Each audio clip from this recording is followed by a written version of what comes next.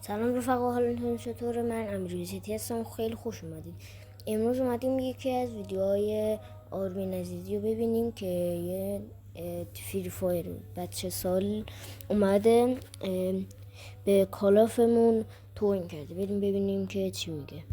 چرا شما کالاف پلیرها و پابجی پلیرها فکر میکنید هرچی حجم اسکین گیمتون بیشتر باشه یعنی گیمتون خفن‌تره؟ آجی خوب دارم میکنن تو پاچت. نه بیایم وقتمون رو بذاریم برای یه بازی 300 مگی معلوم نیست مقوای کارتون ماینکرافت با یه مش BTS فن و بچه سال و نمیدونم چی پلی بدیم جمع کنین یه هزیده بابا عمر کالا و سن تو بیشتره یه هزید. چه حال دادیم حرف که زد.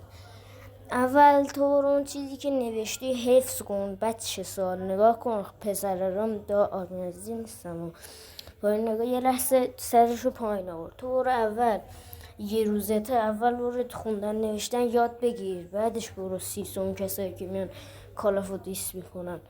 بعدشم حجم کالاف از کل فری فایر رو چه میدونم بچه سالاش هم بیشتره.